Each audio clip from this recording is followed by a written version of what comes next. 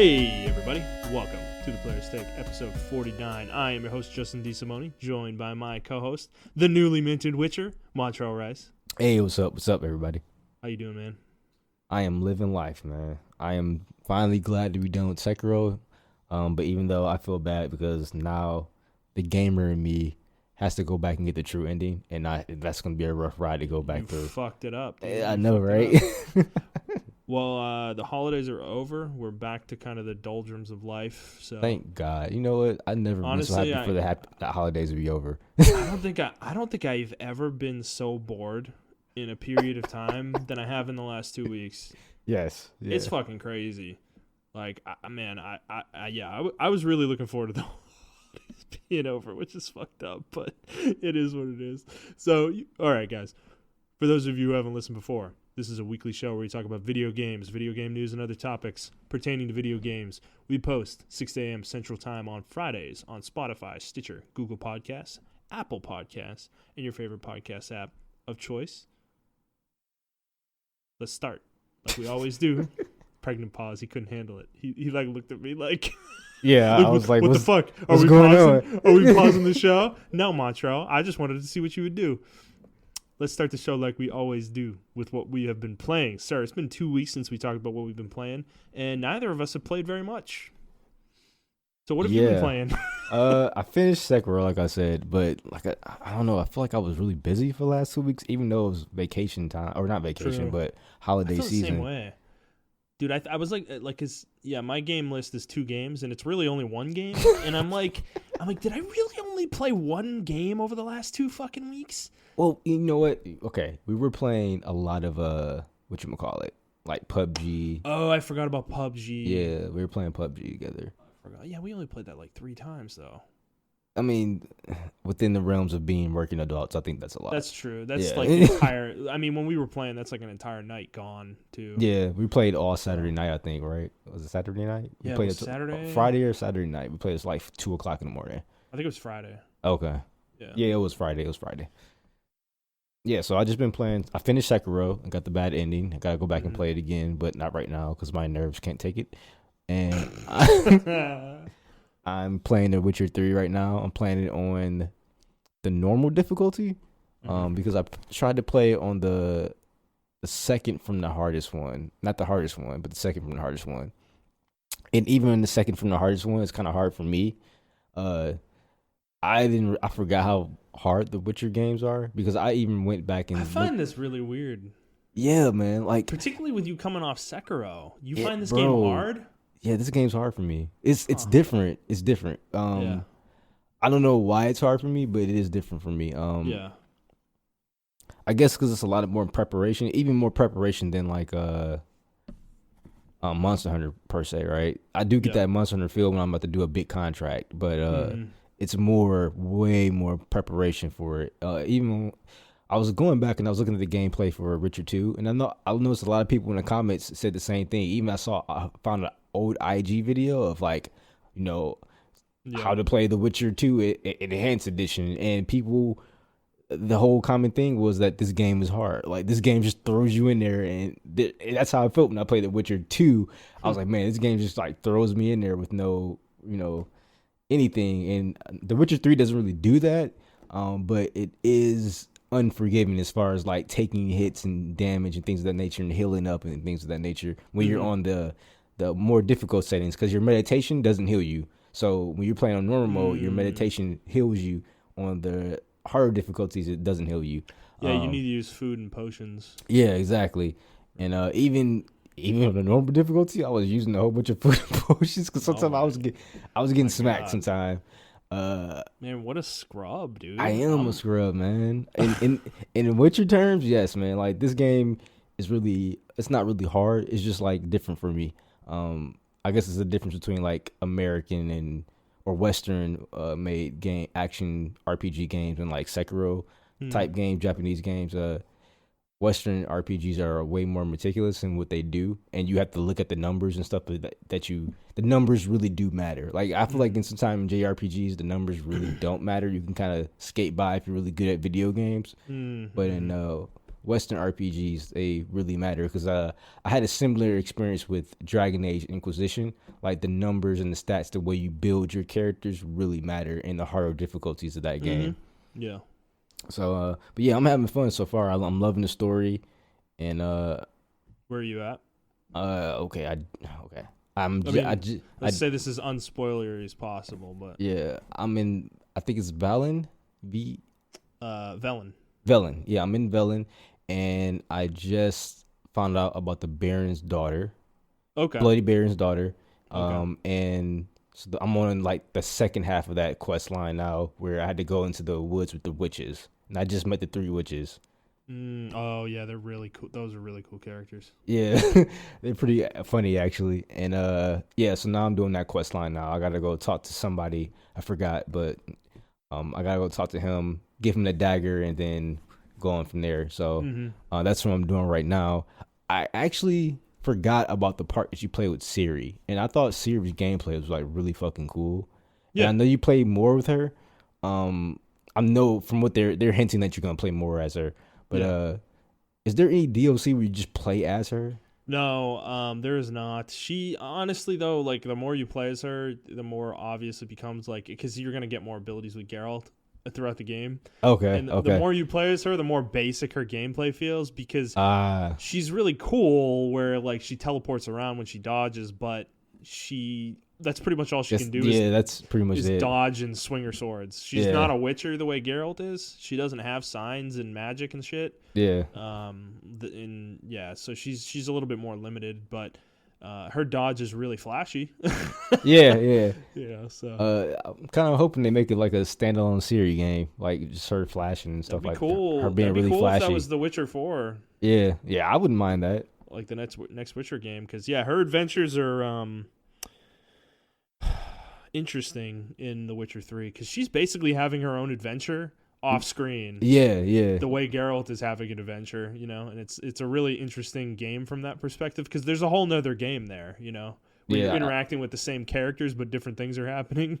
I think they can do that. I think they can actually do a game like that. So. Well, I think her as her own character, as the main character, would be compelling. Yeah. So.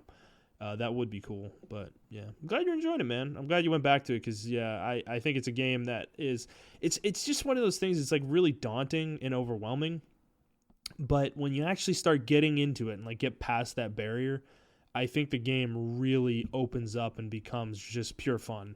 And that's what happened for me.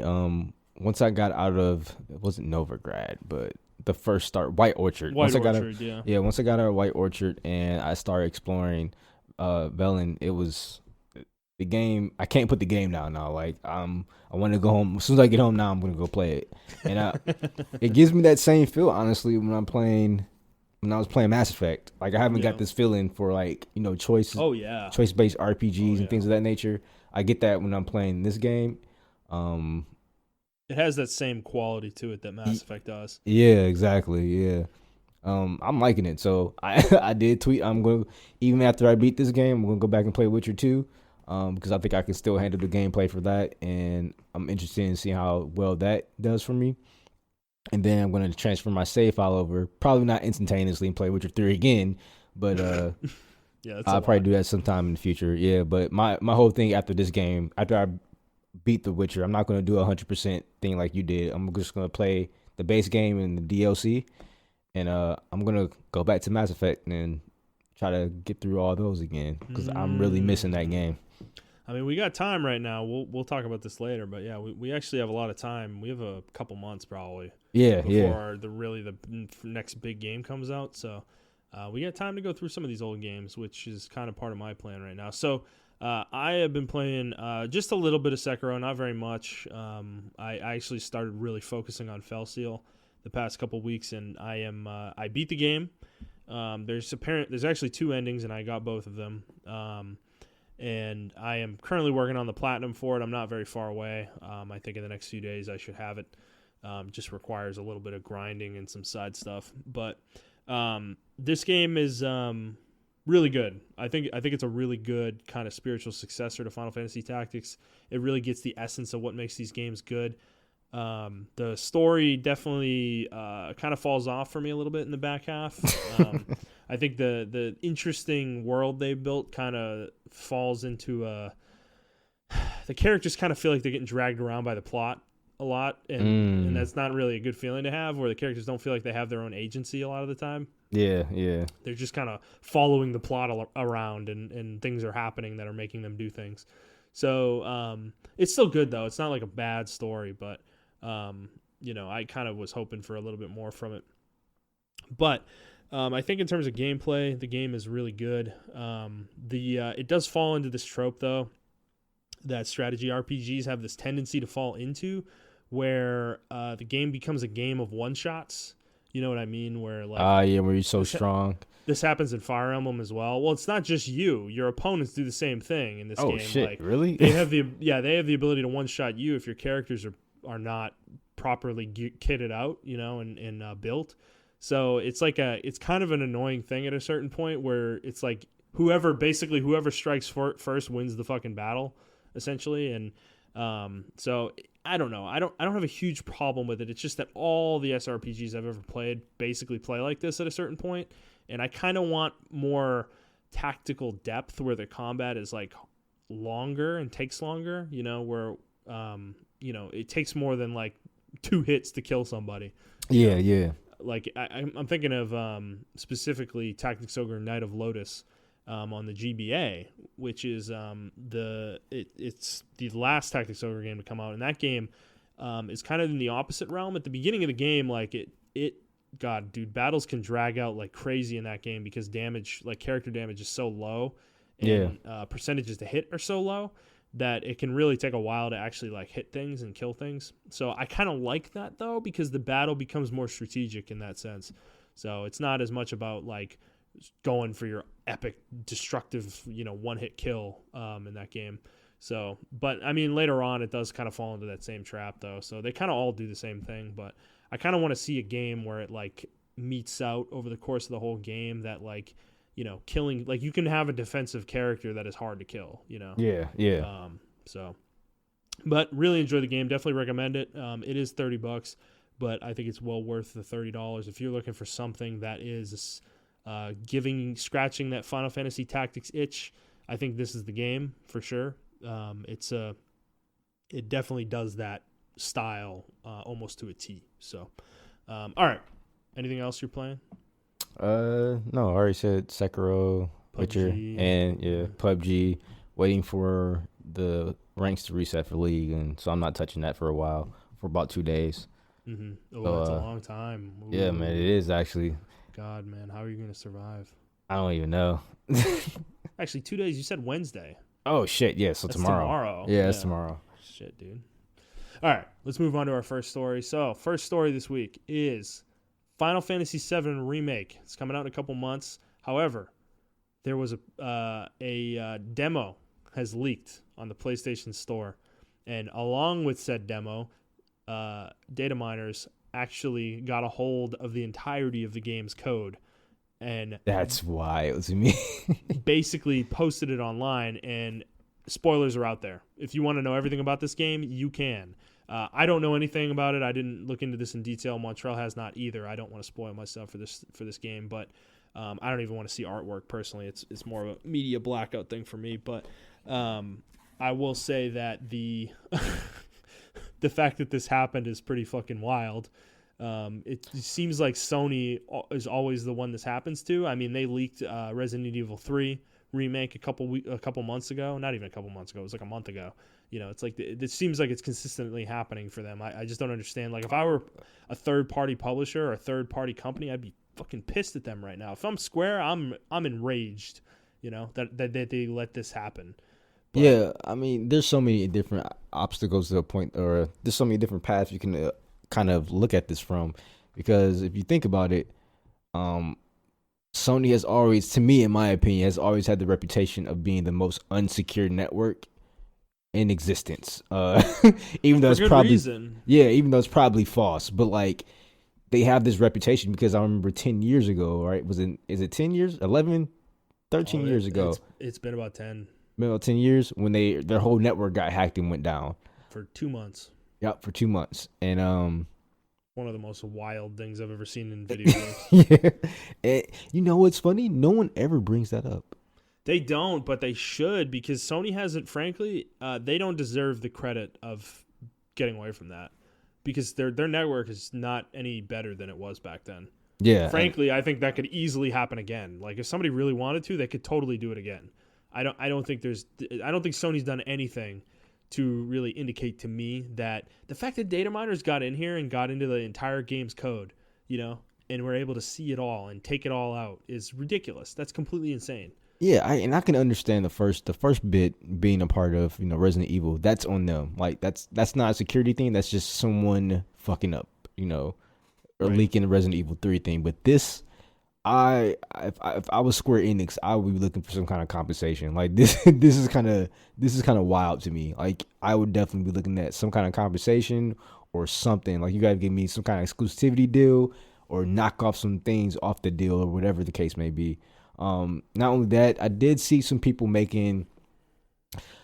Now, to some people, this may be a mountain, but to me, it's an anthill. They were making it about, artistic vision and things of that nature. Like maybe maybe the artists themselves had a whole artistic vision laid out, or not even laid out, not even a rollout per se, but just being spoiled about this that can ruin the artist's vision of how the consumer consumes it. You know what I'm saying? People are going to see this stuff out of context. Yeah. And that could ruin the perception of the game. Yes.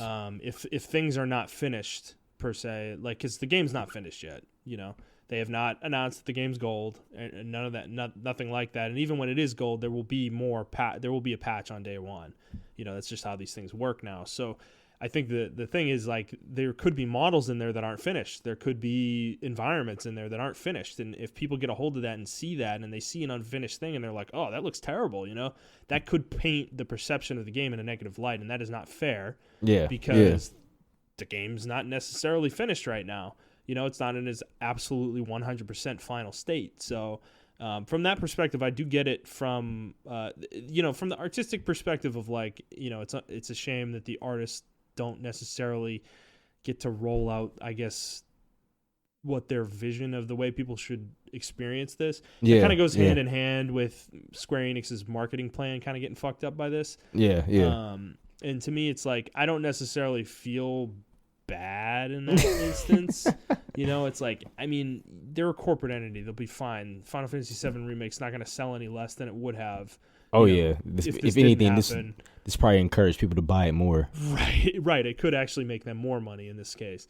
So I don't necessarily feel bad for them. I mean, the thing is the things with leakers and data mining and stuff like that is, I think, for news outlets absolutely have the right to report on leaks. That is just journalism. Yeah, they do.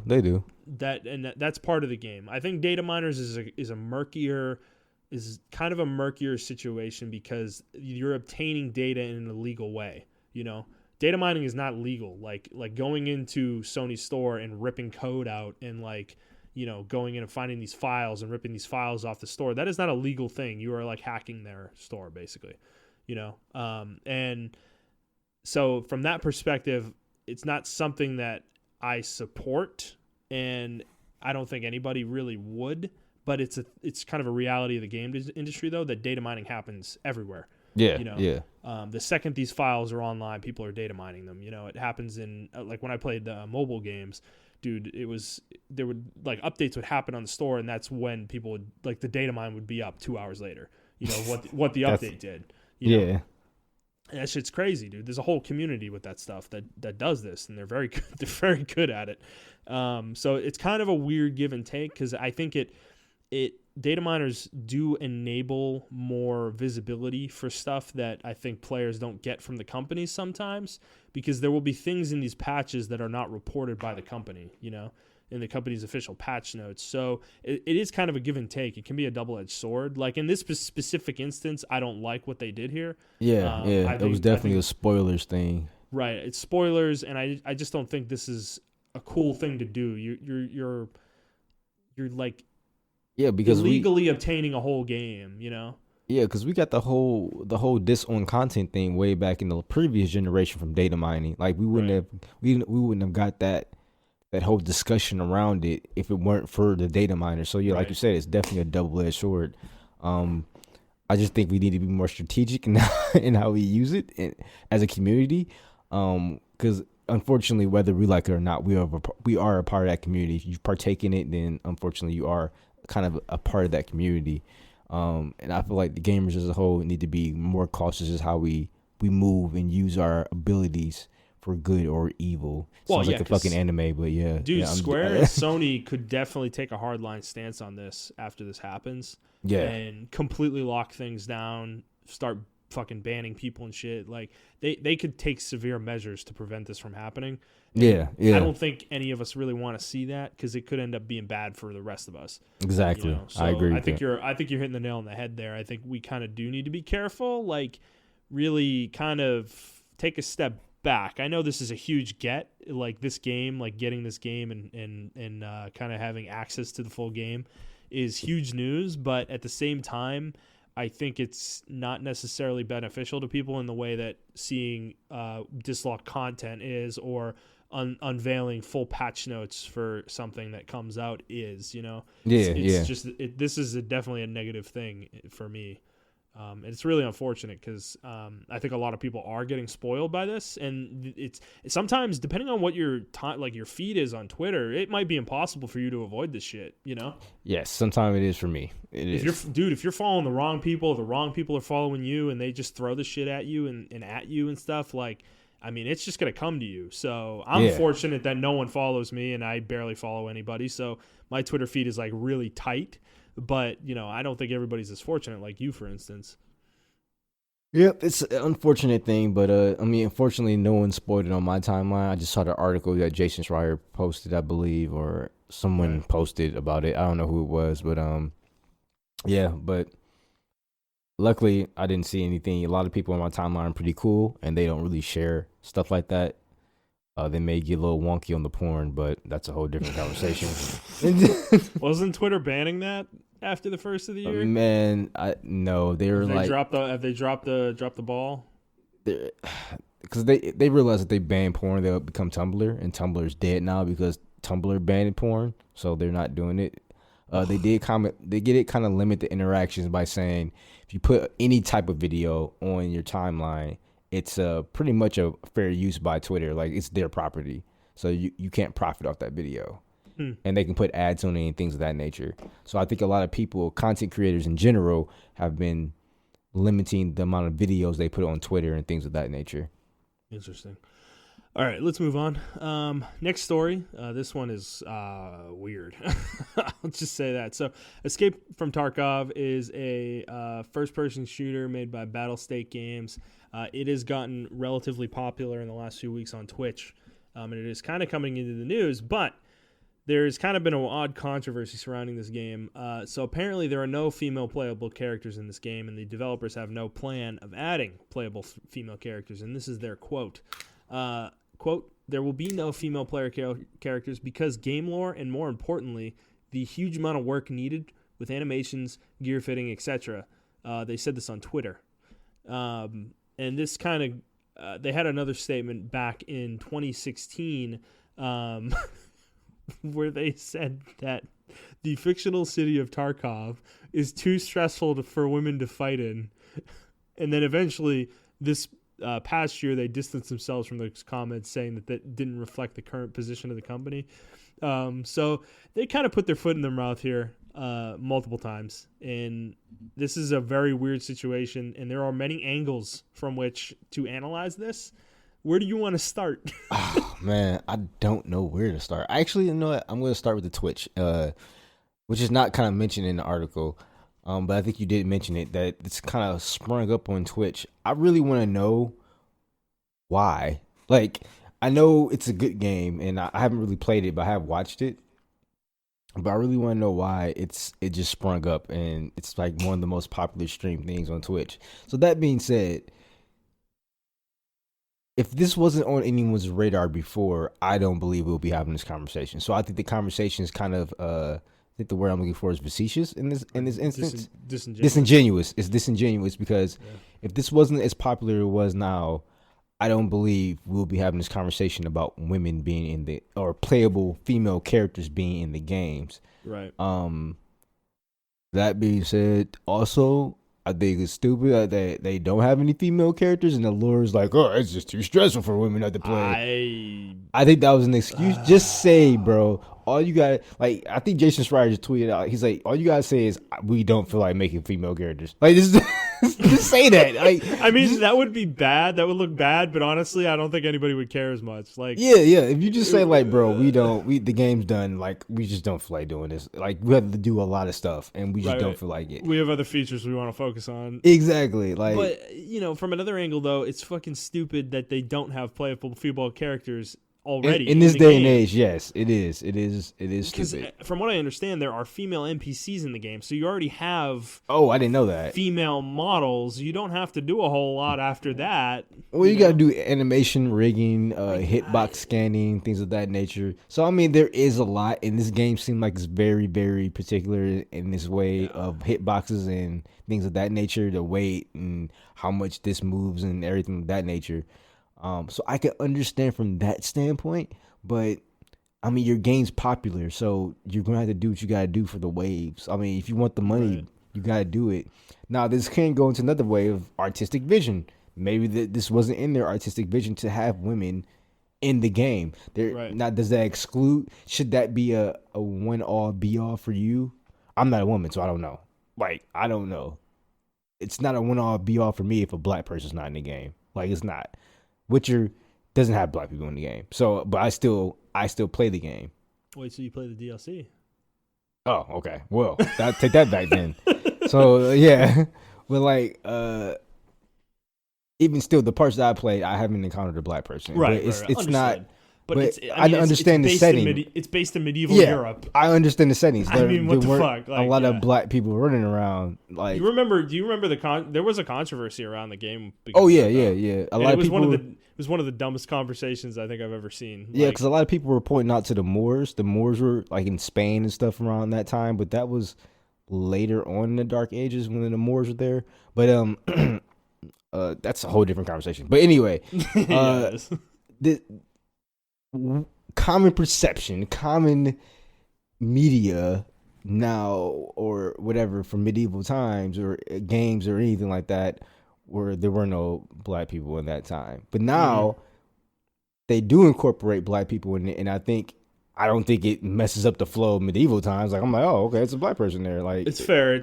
I mean, like the Witcher show had black characters in it, and it didn't detract from the show whatsoever. Exactly. Like I literally didn't even think about it the entire time I was watching that show. So it really, like, why not? Exactly. Like, but who cares? I didn't fault the game for that because it didn't have it. So, but then again, like I said, this is me being black, so I can't compare it to being a woman still. Mm-hmm. And I don't know how they feel about it. Like, maybe they want some type of representation within the game. Like, women can handle this stressful, this quote unquote stressful. It's such an offensive thing to say. That was stupid. Dude. That's literally holy shit. That was dumb, and that's why it's hard to defend them. Who the fuck tweeted that? I mean, I'm not gonna sit here and defend them because fuck it. Yeah. Put fucking female characters in the game. Fucking just make them playable. What are we doing? Just do it. Like, dude, this should be a baseline expectation, I think, of video games at this point. I don't have a problem with that being the case. Like, I don't necessarily think it's I think they should just be honest with their demographic. They should say, like, we thought our demographic was going to be mostly male gamers, so honestly, female character models slipped our mind. But me and you play PUBG, and I'm assuming, like, a mostly male predominant game.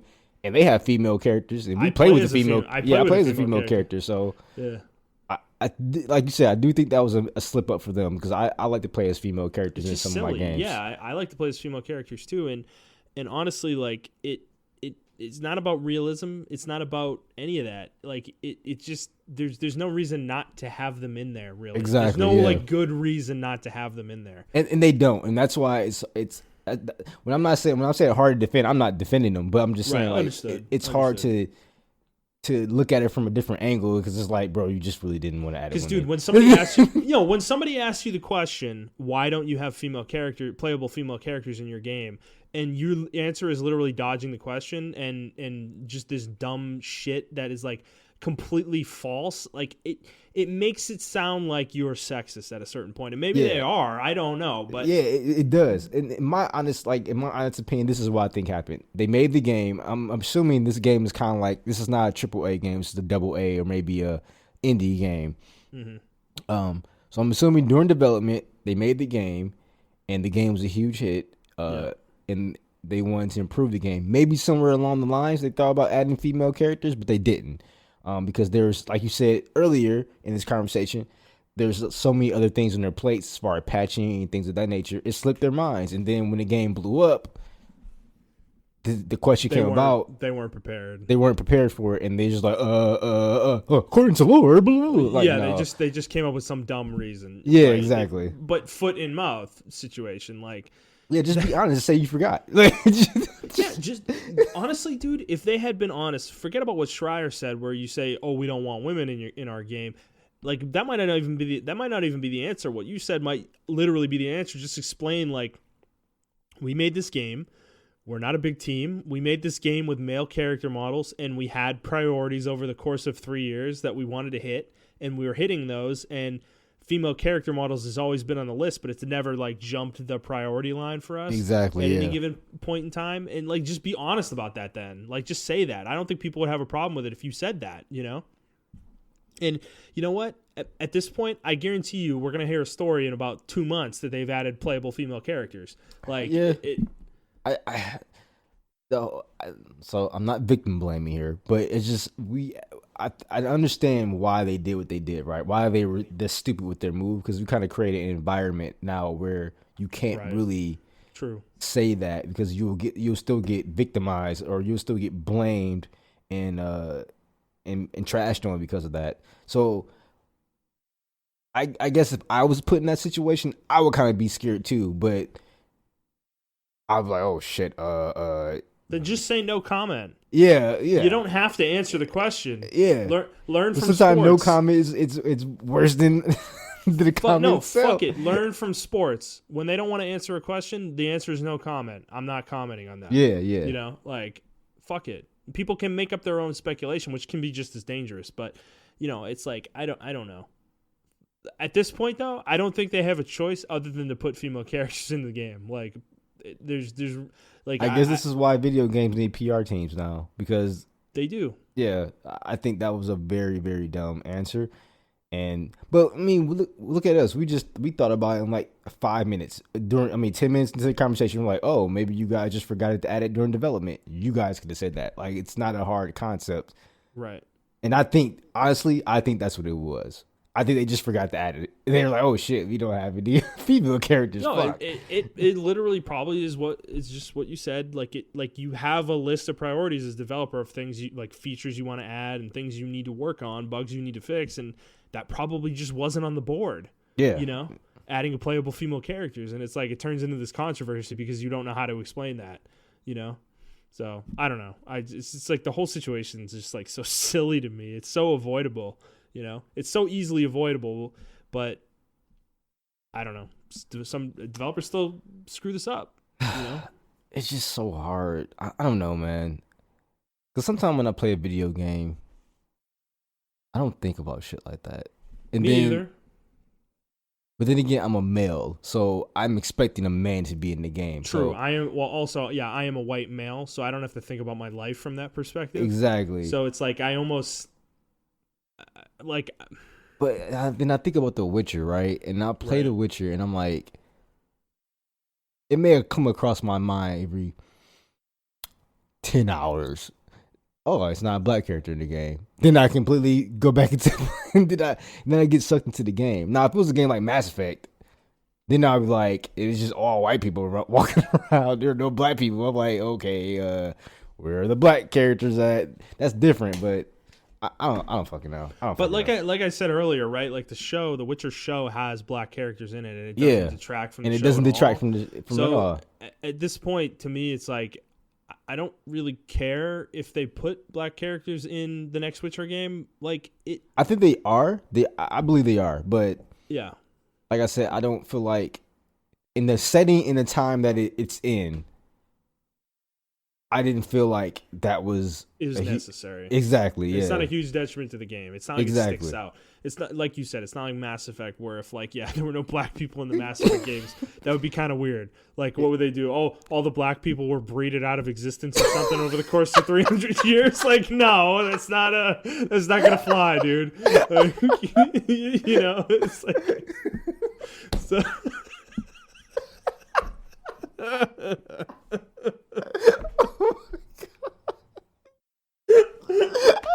That's pretty much what Escape from Tarkov team did. They're like, I know,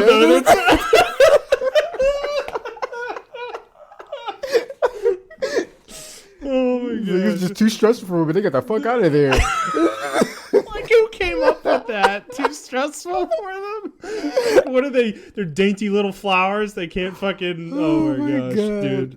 Oh, that's funny. Oh man. But point being though, getting back to my point, is that I think going forward, I think we all have to just kind of realize that adding like maybe there is a line with something like The Witcher, but I don't like if you're gonna add like Asian characters, for instance, is that gonna stick out in a game like The Witcher? Maybe not though. Fuck it, try it. Who fucking cares? Like it's like I don't think this is as big of a deal as everybody always makes this out to be. From both sides, right? I 100%. From both sides, like. I mean, I think we made this conversation a few, like, on our older episodes, but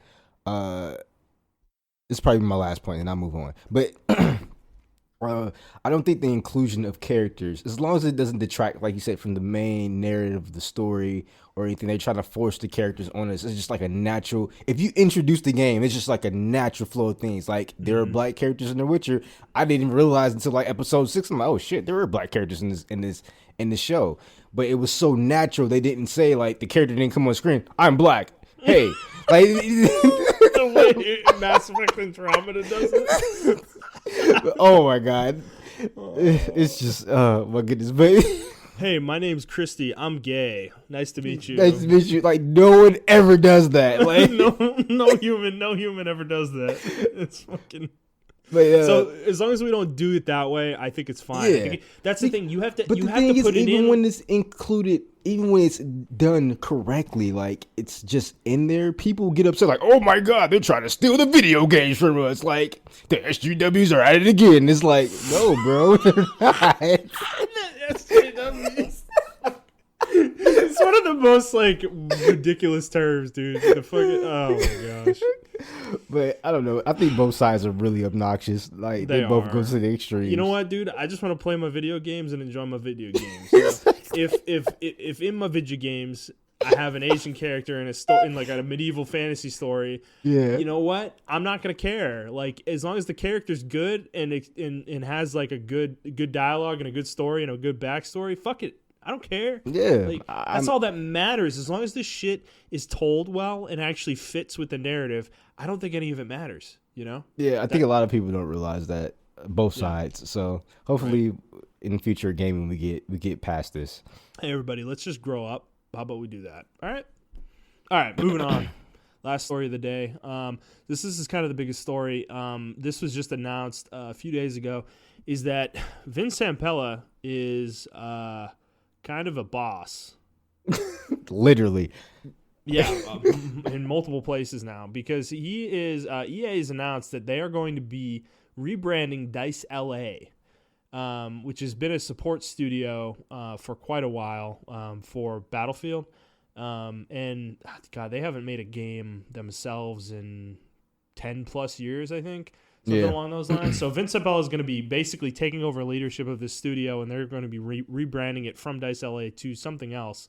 And this studio is going to be making a new game, basically, is what was announced. There's no details of what the game is going to be, obviously, since they just made this announcement. But Vince Zampella is going to retain his role over Respawn as CEO, and so that's not going away. He's still going to have leadership over that company as well, but it feels like a moment where, on one angle, I feel like Vince is really powerful in EA, but on another side of the coin, I think he might be stretching himself too thin, or EA might be stretching him too thin? I don't think so. I think what he's gonna do is use his team as a support team for Respawn. I think he's gonna use it as a resource.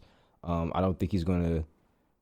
I don't think he's gonna stretch himself thin. Honestly, he seems like he's been making very smart moves, and like I say, his clout is huge. This goes way beyond, or not way beyond it, but to push it a little bit further, how much clout he has. His last 2 games have not been on the Frostbite engine at all. Yep. And if you know anything about our previous reports of EA, they had a mandate that recommended that, strictly mandated that everyone use the Frostbite engine for every game, for Madden, Star Wars, Battlefield, even the FIFA, Dragon Age Inquisition, and Anthem and everything like that. Right. But the last 2 games, which that game called? Not Anthem, but the Respawn game. Apex. Yeah, Apex is on the Source engine, and then so is Jedi Fallen Order. Well, the Jedi Fallen Order is on Unreal 4. Unreal 4. Sorry. So, yeah, like you mentioned before, this team Dice LA was formerly known as Danger Close. The last game they made was the Medal of Honor in 2020. They made Warfighter. That's right. Yeah. Well, so do you think this game? Because I think I've already seen some speculation. Do you think this game could be a Medal of Honor game, or I think it could, and I think they're not gonna do it in Frostbite. I think they're gonna do it in their own engine. I think he's not. I think he's trying to tell EA like, hey, your engine doesn't work for what it's intended for. Well, it works for what it's intended for. Well, it works for Battlefield, but even Battlefield was terrible, right? So, but not every other type of game. Right? Yeah, exactly. So I think his clout is going to have ripples, and other teams like the Madden team and the FIFA team are probably going to want to start developing their own engines, and they can still make the same amount of money, just develop their own engine for what's going on. So I'm very interested, and this shows. Like he's only been with it for a couple of years. Like I think since Titanfall 2.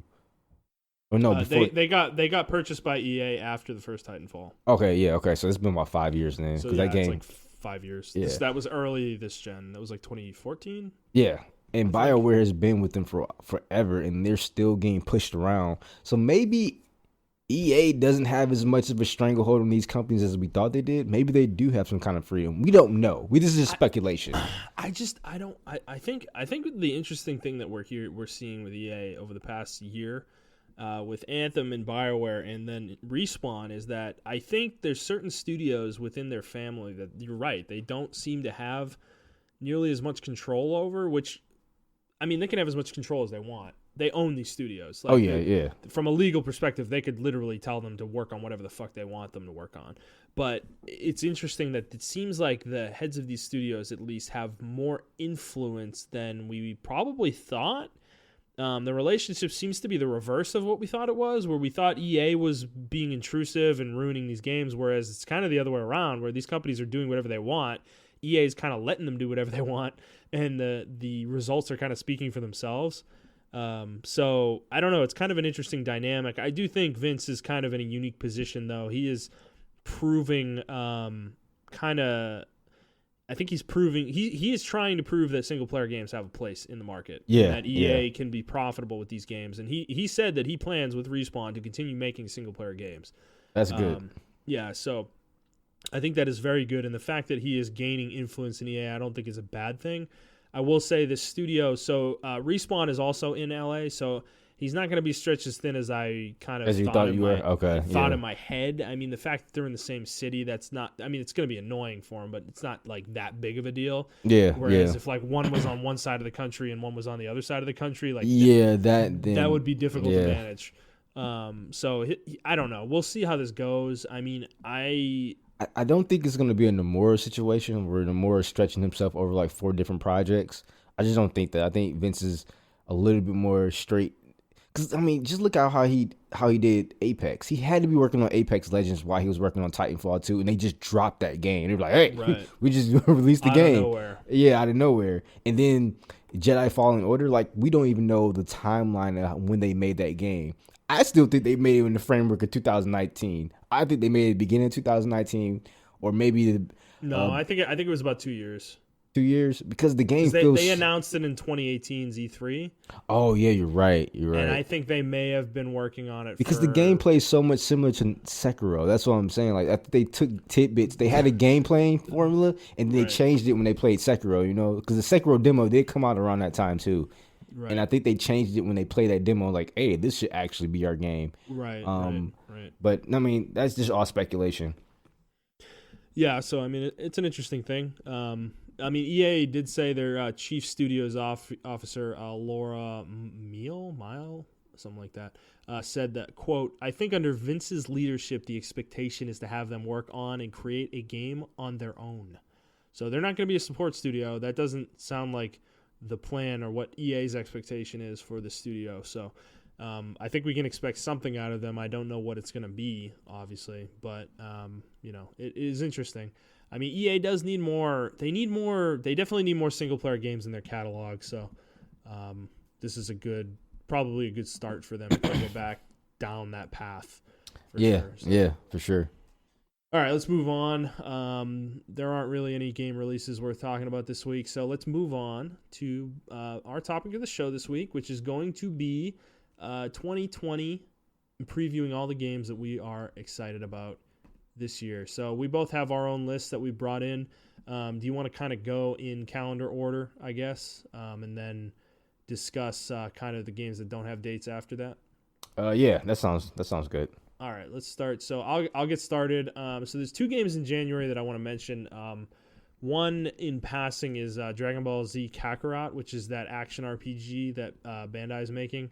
I know that you have no interest in this game whatsoever, and nope. you think it looks like trash. I don't think it looks like trash. I don't think it looks like trash. I think it looks like it's the same old same. I think it's a more polished Xenoverse. Like that's how I feel about it. I think they're going to tack some RPG numbers above the hit when you get hit, and people are going to rave it, and that's all it is to me, in my opinion. I'm going to wait till it comes out and kind of see how things shake out, maybe watch some videos and stuff, because the idea of an action RPG in the Dragon Ball universe sounds really awesome, but what I've seen of the game so far doesn't look like what I was hoping it was. So, like you said, it kind of just looks like a different Xenoverse, and that's not appealing to me, I guess. Like, how many times can you remake the Saiyan saga and the Frieza saga? Like, so I get where you're coming from with the criticism, but I'm still keeping it on my radar though, just in case. Yeah, I mean, and I'm not faulting anyone who wants to buy this game. This game does look phenomenal. Like the screenshots I've seen, the gameplay footage I have seen, really does have its own flair to it for some reason. Compared to like the Bandai Namco games, because this is a Square game, I believe, right? It is? Yeah, I think so. I think this is a Square game. I'm not so sure about that. I think Square Enix is doing this game. I don't know who's making it exactly. Yeah, Square Enix Dragon Ball.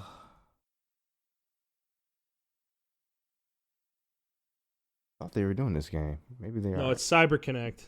CyberConnect. Okay, that's the Square Enix. That's the Square Enix connection there. Okay. Yeah, so I mean, CyberConnect did do Ninja Storm. They did do Dot Hack series, which is a really good RPG. So I mean, I'm not doubting their ability to turn this into an RPG. I just feel like it's still gonna. It just looks so Ninja Stormish to me, but Dragon Balls. Like, I understand that formula works, but I feel like this is the personification of Call of Duty, right? Like we found a formula that works, and we're gonna just keep sticking into it, and we're gonna turn every anime game into this. And I feel like they have done that. Yeah. I know there's an anime game. I think it's for, I want to say Fairy Tail. There's another Ninja Storm game coming out too in the next few months. Well, I think it's Fairy Tail. Fairy Tail or the other game, Black Clover. I can't remember which one. Anime, but it's actually a actual traditional Japanese RPG. And you're gonna have a party and everything like that. And I thought that was really cool. Like they're breaking away from this whole, either making a Dynasty Warriors type anime game or a Ninja Storm type game. So yeah, I think that's pretty cool. And hopefully, I mean, this game changes my mind with people playing it and streaming it, but I don't think so. I don't think it will. Okay, next game is end of January 28th. Warcraft 3 Reforged. I've been talking about this game a lot since we started this podcast. And since the patch notes came out. Fuck, for real, dude. Yeah, because they started patching Warcraft 3. That's they how were we still started, patching it. That's how we learned about this was going to happen. But you actually predicted that, right? I'm sorry, I'm going to get you off, but you did predict that. You're like, man, I wonder if they're going to remake this game, and they did. I did. That was pre-podcast that I did say that. That was that was before that BlizzCon, but I don't know. I mean, like, why else would you be touching a fucking 17-year-old game? Yeah, that's true. You're doing balance patches for a 17-year-old game? Like, what? Like, no, I don't think that's what most companies do to make money. So, but the thing is over the course of the past year and 2 months, Blizzard has completely destroyed my confidence in this game. It went from an initial announcement to being super hyped to now where I am basically at the point where I'm going to buy this. I'm going to play it because I love Warcraft 3, but I'm not really excited about it because this went from being a full remake to basically a reskin. Like, for some people, that's going to be fine because Warcraft 3 is a great game, but I've already played Warcraft 3. So if the missions are the same, because that's what I've been hearing too. Like, this has gotten worse. I started doing some digging on the forums and stuff, talk with people talking about this game, and some people like pulled out quotes where they're saying that they only remade like 8 of the maps out of all the campaigns, and I'm like, what the fuck is going on with this game? You know, it feels like if. Let me hold on. Let me finish. Yeah. It just feels like Blizzard is like in mid development, kind of regretted their decision to make this game and are now just trying to poop it out. I'm going to be on the opposite side. As much as I don't like current Blizzard right now, I'm going to be on the opposite. I think it's the fans. I hate blaming the fan. I hate when people blame the fans. I'm 100% with you on this stuff. Yeah, but I remember when you told me that they were going to do a full remake, especially with the voice lines and things of that nature. Like, they were going to do different voice actors. They were going to do different. They were going to add story scenes. They were going to add scenes to kind of flesh out Sylvanas and Jaina's story. Yep. And they've completely taken that out now. Like, they said they didn't do any of that. Yeah, because the fans went rabid in the forums and things of that nature. And I think they're scared to touch this game now. I think they're really scared to touch this game. That's really unfortunate. Yeah, that's how I'm approaching it.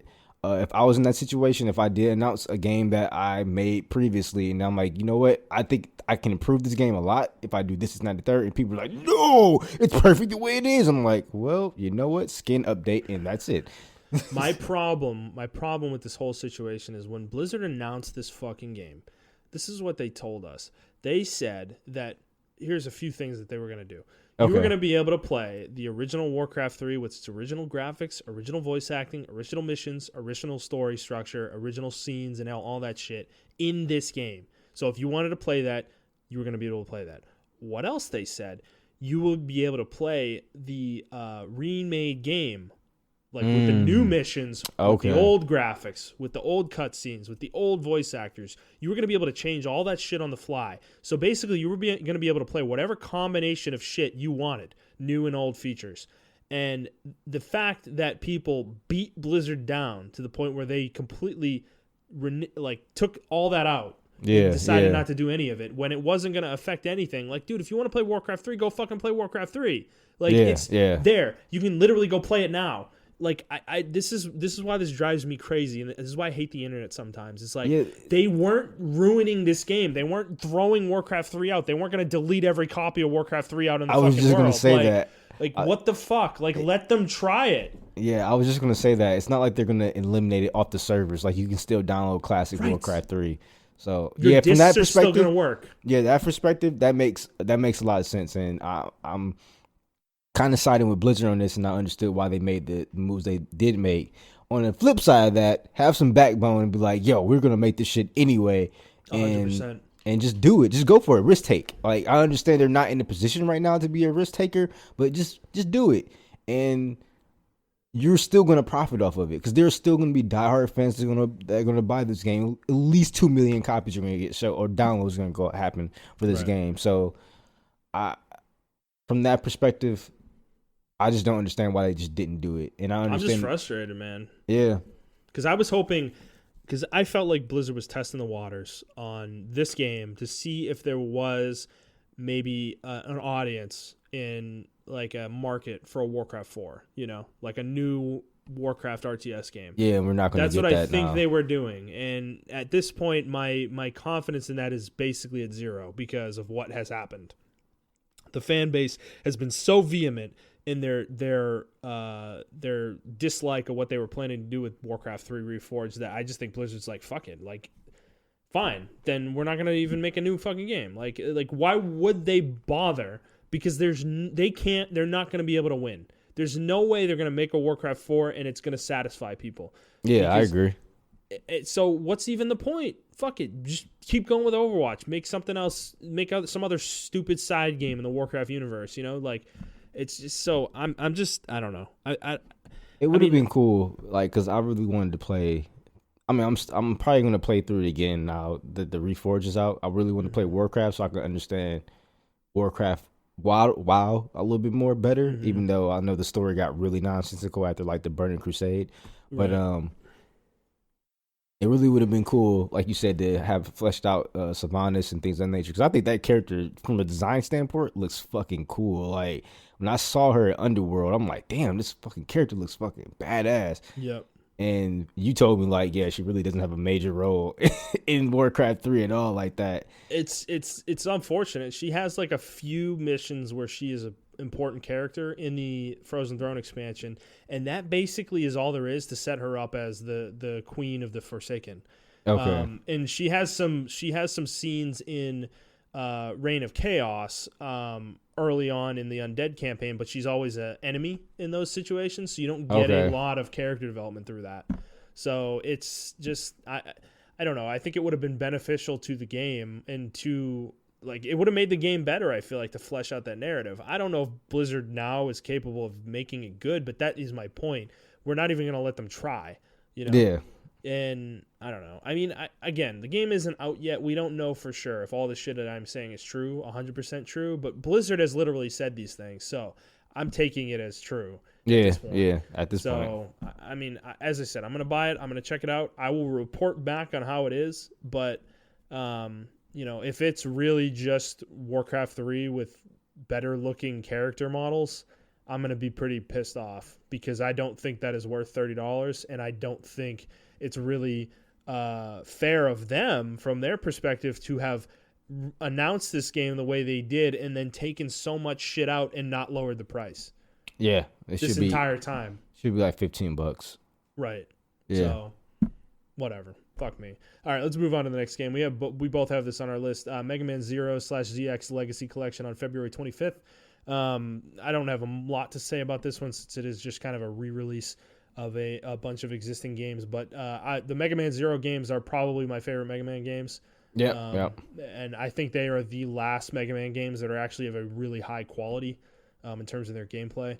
So definitely looking forward to this. I don't know if I'm going to be able to fit the time in to play it right away, but I will certainly try. Well, I haven't actually played this one, but it does remind me of a Metroidvania style gameplay. So I really love those type of games. It is Mega Man in that style. Yeah, basically. So I'm really interested from that standpoint. The kind of counter. I don't know if this came before or after, but the Battle Network games were really good. They were concurrent. They concurrent. They came out around the same time. All right, yeah. Yeah, I'm hoping for a Battle Network collection. Yeah, those games are really good. I never played any of those. So really, like we're on opposites. Okay, yeah. Like I played these, I never played those. So I would love to play those for sure. So I'm kind of hoping for that. I assume we'll get it because I think these Mega Man collections have been very successful for Capcom. So, yeah. All right. Next game that we both have is Final Fantasy VII Remake on March 3rd. So we've already talked about this a little bit today, but in terms of the game, I guess, where are you at with it right now? I am very positive for it. I did watch one day. I was just chilling and I watched the hour-long demo they had. on like YouTube somewhere or some shit like that. I don't know if it was maybe a leak or a demo, but I saw it and I was just very impressed by it. This does not look like anything like Final Fantasy 15 to me, and that's where I'm totally happy for it. This game looks like an actual RPG game and action game. Yeah, action game, and it feels like you're gonna have had even on the hardest difficulties, if they even have difficulties, you're gonna have strategy involved in it instead of just pressing and holding the button. It looks like they were pressing the button and attacking, and then they were freezing time to not freezing time, but like slowing down time to actually make strategic attacks and attack certain body parts of monsters and things of that nature. And I think that's the next step, the next evolution that all JRPGs need to go into. You have to have the character swapping too. Exactly. You don't have to lose your identity as a JRPG, but make it go to the next step. And this game to me is one of the first Square Enix games, one of the first Final Fantasy games to take the helm as king of JRPGs. Cause it's like it's gonna take over. Like I think it's gonna be the new standard in my opinion. Yeah, and I think that the character switching thing is not something I want to gloss over, because that is something that I feel like Tales has always needed to have, and it never has had it. Like characters swapping on the fly in the middle of combat. Yeah. I think that's something that would really benefit that series, because it's always something that I've wanted in those games, where I've always wanted to play the side characters that aren't the main character and just see what their gameplay feels like. But you don't ever like do it, because you have to like go into the menu and like set it up. Set it up, and it's like, and if you don't like it, you have to finish the battle with that character, it's like exactly. So you never actually try it most of the time, but I did try it in one game. I think it was Vesperia and Zillia are two that I've tried it in. And the other characters, the other party members play great. Yeah, they fleshed them out really good. It's just a shame that we don't get to swap on the fly, like you said. Right. They do have a hidden feature, which they don't really tell anybody. And Tales is where you can have up to 4 people playing. Yeah, multiplayer. Yeah, it has full-on local multiplayer. And, dude, it's something that I've always complained about, because me and my brother love Tales, and we would love to play online. Oh, yeah. Like, why the fuck haven't they done that yet? Imagine I don't if know. you and I could play the next Tales game together online. That would be awesome. Multiplayer. Like, that would be so fucking cool, wouldn't it? Yeah. I don't know why they've never done that. And I didn't even think about it, so now I could have played a lot of multiplayer games locally, or the Tales games locally, but they don't really advertise that point. They just advertise it as a single player game, right? And I understand outside in the adventure field, yeah, it is a single player game from that perspective. But once you get inside the battles, like you can have a healer, a tank, an attacker, right. And it's so many things you can do with that. And I think they should capitalize on it. Hopefully, Final Fantasy makes them realize like people want this type of thing, because they are, unfortunately, the face of JRPGs. So whatever they do, right, so wherever Square does, everyone's gonna follow suit, unfortunately. Yeah, that's why I'm excited for this game. I think it's gonna change the face of like JRPGs in general. I'm equally excited about it. I do wish these games would kind of like, because I do think this game looks like it's going to be pushing some boundaries and really pushing the genre forward.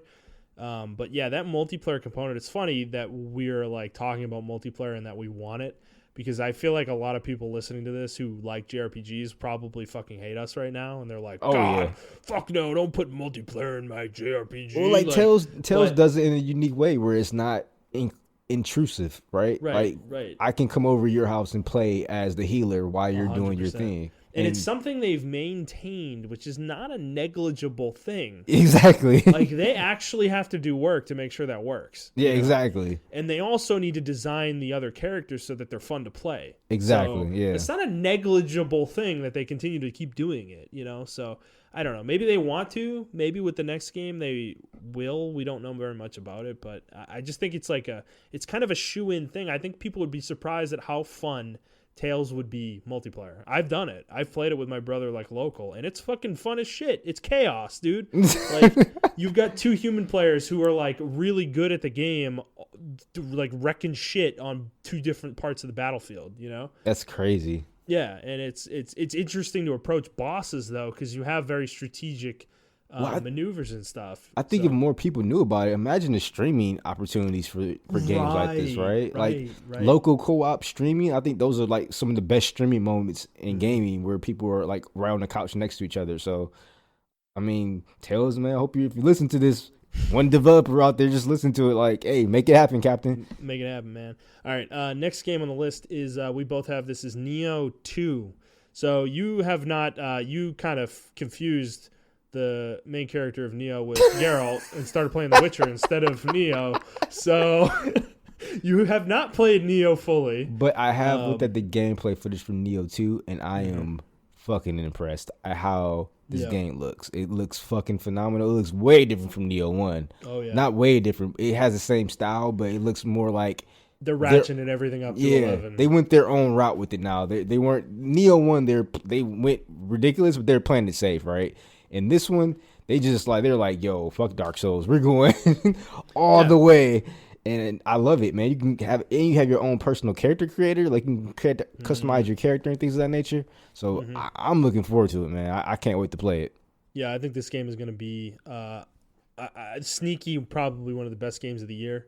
Oh, yeah. That's where I'm at with it right now. As much as I'm excited for Final Fantasy VII and, Cyberpunk and shit, I think this game could eclipse all of those games if it's as good as I think it's going to be. I think it's going to be one of those summer blockbuster hits. Like, it's going to go on sale in the summer, and then you're going to see people talking about it on the timeline and on YouTube. Right. Like, man, I finally played Neo 2, and holy shit, this game's fucking phenomenal. Like, right. Yeah, dude. Because, I mean, like I've told you before, some of the shit they did in the first game, like, I agree with you. It was a really safe game, but at the same time, it was just so fucking solid. Yeah, exactly. Like, it was so... Like, there were no bugs, there were no issues. Your character controlled impeccably. Like, it was, as I said, it was a huge surprise. And I think this is a game that is really under the radar. Given where it's coming out too, it's going to be under the radar in the moment too, because it's coming out 10 days after Final Fantasy VII Remake, and for sure the hype train for that game is not going to be dead in 10 days. Oh yeah. So. Yeah.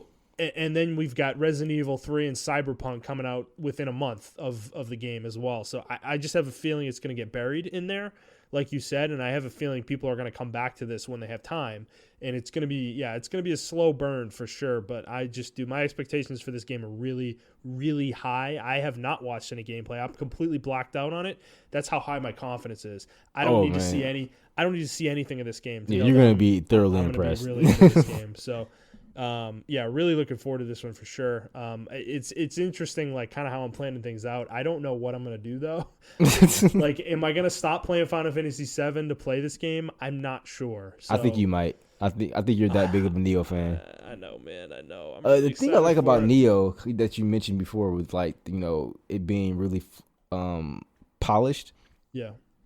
I really respect, even for this game, they released a fucking beta, and it was an actual beta. Like, they took feedback back, and they were like, we're going to adjust some things. And people know. I remember when Neo came out, and a lot of people in my timeline are Bloodborne fans and Soulsborne fans, and they played Neo, and they did submit feedback, and a lot of people came back when the game finally came out on the actual release date.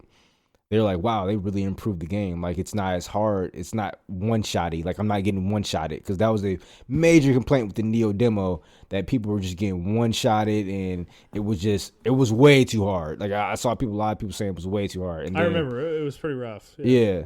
And when the actual game came out, they toned it down a lot, toned down the damage numbers a lot and things of that nature, or made it more viable for the player to survive and have mistakes. And from what I hear from Neo 2, the beta went really well, and they're probably going to tweak some things from Neo 2. So I can't wait for the game. All right, next game you have is Resident Evil 3 Remake on April 3rd. Oh, actually, sorry, I skipped one of mine. Persona 5 Royal, March 31st. I don't have a ton to say about this, but I am excited for this game, for sure. I don't know when you're going to fit this game. I don't either, and it's going to be the same thing that happened to the original release of the game. It's coming out in a period of time that's just surrounded by so much great shit. I just don't. Yeah, I think this is going to be your summer game. I hope I get around to it, because the game deserves it. I feel shitty that I never played it, because I know I'm gonna love this game. This is gonna be one of my favorite games probably of the year. So. I think the only part you might get upset with is the beginning part. Like, it's kind of really, really handholdy. They designed the game for people who never played Persona games, so it is really handholdy, and they kind of gate you off. I say the game. Persona 4 was like that though too. Okay. And the game is so long that it didn't feel like a detriment to me. So Okay. we'll see. It depends on how obnoxious it is, I guess. But yeah, no, I'm really excited about it. I do plan on buying it on day one. We'll see where I'm at, I guess, in terms of games at that point. But this is going to be a really good one. I mean, it's going to put Persona back on the map again. I have a feeling the hype train is going to happen again for this game. It's going to be that same conversation of Persona haters, like, oh, not every JRPG has to be Persona 5. Oh man, people hate this game. They hate it because it's so good. They hate it, man. You love to see it. All right, let's move on to your next game, which, as I said already, is Resident Evil 3 Remake. That's coming on April 3rd. Yeah, like you, I really don't have too much to say about it. I'm really interested. I know, Nemesis is going to be another Mr. X, and I'm really interested from that point of view of gameplay. I am interested in seeing Raccoon City. Hopefully, we get to see more of the city in this game, since it's not all fully destroyed, because in the first game, you were just tied to the Raccoon City police department and maybe a side house that you had to go into, and you were in the back alleys of Raccoon City. I am interested in the multiplayer game though. I know I really do hate Resident Evil multiplayer games, but hopefully they learn their lessons from the shitty ones they made, and they can make a really good one. And I'm hoping it's actually pretty decent. I don't want it to eclipse the survivor horror aspect of the game, and they split off and make two separate things. Like they continue to make the survivor horror, but they do make because there is a good action, there is a good multiplayer component that can be made out of the Resident Evil universe, and I hope they explore it. But that's all I really got to say about that. All right, next one we both have. This is Cyberpunk 2077, which is coming on April 16th. Where are you at with this game? Because we have heard nothing ever since that 45-minute demo they showed several months ago. The last time I heard from this game, man, is from that the trans controversy that happened. Oh, that's true. Yeah. But besides that, I haven't heard anything else from the game. I was a little bit wary of it because I'm not really a huge fan of like all first person action or RPG games, but I came around to it and I'm definitely going to buy this game first day because I'm really interested in seeing how the RPG mechanics are, and the world just looks really cool. I've been waiting for an actual cyberpunk game to come out for a while. Yeah. Since we haven't really had one. Deus Ex, yeah. But even then, that's not really like, it doesn't really go into the tropes of cyberpunk, in my opinion. No, it's a little bit more. It's like shinier cyberpunk. Like, yeah. Things are cleaner in that world. Exactly. Yeah. But I do think that this game is going to be kind of an evolution of Deus Ex, the Deus Ex formula. Okay. That's what this game looks like. Is that there are going to be multiple ways to solve problems. Okay. And your character is going to have different abilities that they're going to have based on their ability to hack things and augment stuff and just their combat abilities and stuff. So I'm really interested in the game from, I guess, just multiple angles, dude. Like, I don't know. I think CD Projekt is like such a unique company at this point. They make games that no one else is capable of making. And they make them way faster than you would expect. Yeah, not only that, but I remember a couple of months ago on the podcast, we were talking about, it was just a little side conversation, a blurb.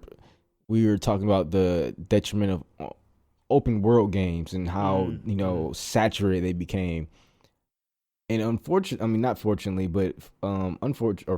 rather, Witcher 3, like, it's an open world game, but I don't feel overwhelmed, and I feel like Cyberpunk is going to be like that. Like, I'm not going to feel overwhelmed by the amount of map markers and things of that nature, because the world it looks, just from the tidbits they showed us, it looks really fleshed out. Like, I think it's going to be denser too than the Witcher. I think the map is going to be smaller, but there will be just as much shit in it. I think it's going to be a multiple level type deal, like sewers and things of that nature, skyscrapers and shit. And buildings I think a lot of the buildings in this game are going to be enterable, like tons. Just And so I don't know. I'm really hyped for it. But do you think there is a chance that this gets delayed?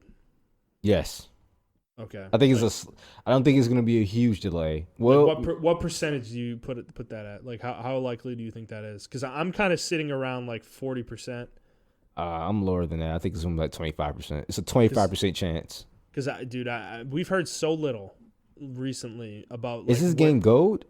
No. Oh shit, yeah. No, I mean not yet. I mean it comes out in 3 months. So if we were gonna hear about it going gold, we hear about it probably mid-February, late February. Okay. I would say. But so that's kind of where that's what I'm thinking though, is like we haven't heard much about it and it's in such a crowded window. I could really see them punting this game to like late June or something like that, and giving themselves a couple extra months to really like polish it up and get it perfect. Did they say this game's going to have multiplayer? I think so. Yes. Okay. All right. Yeah. So yeah, and given that too, I just like I don't know. I don't know if everything's going to be able to come together by April. So we'll see. I mean, I was surprised by the original release date announcement back in E3. I did not expect it to come out this soon. I really thought this game was going to be next gen. Well, when I was a troll. Wait, that's changed? I mean, yeah, it has a lot. I'm not a troll anymore, but to a certain extent. But I'll say back when I was a degenerate, I used to troll or not troll, but go on the forums of V, 4chan V, and I remember seeing screenshots of this game, or not the screenshots, but artwork of the game way back in like 20. Yeah, this game's been in development for like 9 years. Yeah, so I don't think it's outside the realm of possibility that it is ready. Like I think it. That's true. Because yeah, I've been hearing about this game forever, and I've been waiting for this game forever, and now it's finally here, and I just don't think it's outside the realm of possibility. I can't believe we're already here. Yeah, man. Dude, can you believe it's gonna be in May? It'll have been 5 years since The Witcher 3 came out. No. Yeah, it was 2015 that game came out. I remember when that game was first announced, people were losing their shit. It's fucking crazy, isn't it? Man, that's crazy. Actually, fuck, we're gonna get the Final Fantasy VII remake. Like I remember that was announced and people were losing their shit. That was 2015 too when that was announced. Yeah. Oh my god. That was E3. And they changed development teams. Yep. Oh my goodness, we're old. We're fucking old, dude. Look at us. We're making a podcast. We've been doing this for a year, man. Episode 50's next week. That's wild. That's fucking wild, man. Time flies, dude. All you kids out there, you're just gonna you'll realize that when you're 30 that you're like, fuck, what the fuck happened? You know? It just enjoy it while you can, everybody. Enjoy it while you can.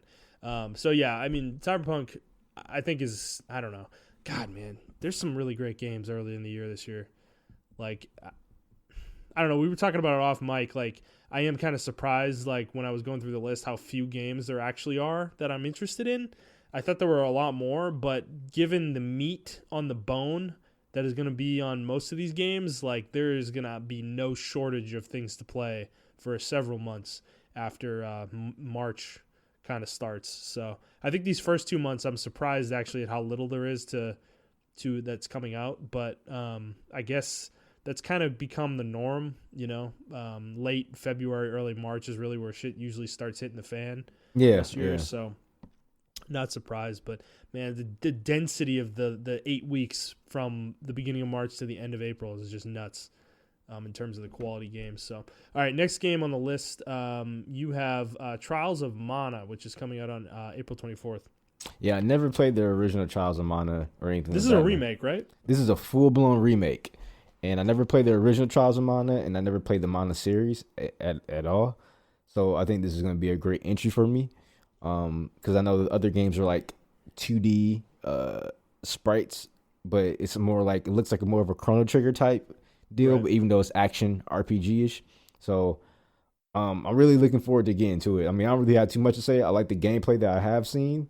It looks more so on the lines of Ni no Kuni's gameplay style, Ni no Kuni 2's gameplay style, but it looks like a little bit more refined than that. So I am interested in it, and I'm going to buy it. I wish it was available now so I can play it because there's nothing out. Right. The whole thing is, when I get this game, I'm not going to play it immediately, so it's probably going to be one of my summer blockbuster hits. Right. Unfortunately.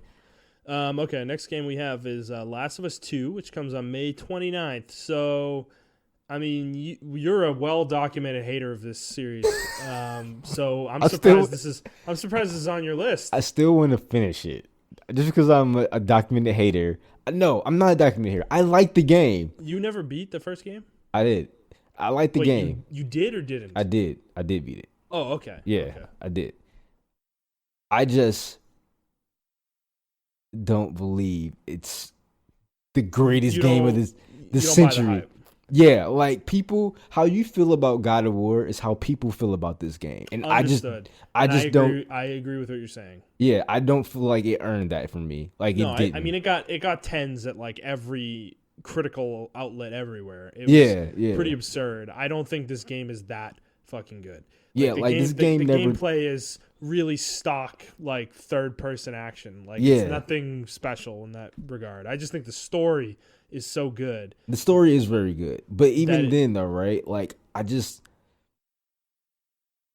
was kind of like the traditional, and you gotta think too. In my mindset, when this game came out, there were a lot of zombie games. It was a zombie craze going on, like end of the world zombie craze going on. So right. This game didn't touch me like God of War did when I played it. And I played God of War well after it came out. And I'm like, even after everyone was talking about how great the game was, I'm like, holy shit, I see why this game is what it is. Because I went into God of War kind of skeptic because I'm like, oh, they changed the gameplay. I don't know about this. But this game, I went into it and I was just like, I mean, Joel was Carl. I mean, Joel was, what's his face? From Rick, yeah, he's Rick. Carl. Yeah. Carl. And that's just how I felt. I didn't always have a beard, Carl. Then it grew on me. It grew on me, Carl. And then Ellie, she looked like that one girl. I think it was Dakota Fanning. Oh, no, she looked like Ellen Page. Ellen Page, right? Ellen Page. She looked like her. And she sounded like her too. Yeah, exactly. But not voiced by her though. Ashley Johnson was the voice actress. Yeah, and I remember she got really fucking pissed about that. She tweeted about it. Well, Ellen Page did. That's what I'm saying. Ellen Page was really pissed about how they used her likeness and didn't consult with her or anything like that. Which they said they didn't use her likeness. It just conveniently looks almost exactly like her. Okay. It looks exactly... Sounds almost exactly like her. Remember Ellen Page was like peak. She was like... I don't want to say peak at her acting career because I'm pretty sure her acting careers are bigger now. But this is when she first was like on the scene with like Superbad, and then Two Worlds came, or two... That video game, was it Two Worlds or Beyond Two Souls? There was Beyond Two Souls. What was that movie that she did with what's his name? The person who plays Dwight in The Office. Oh shit! That superhero movie.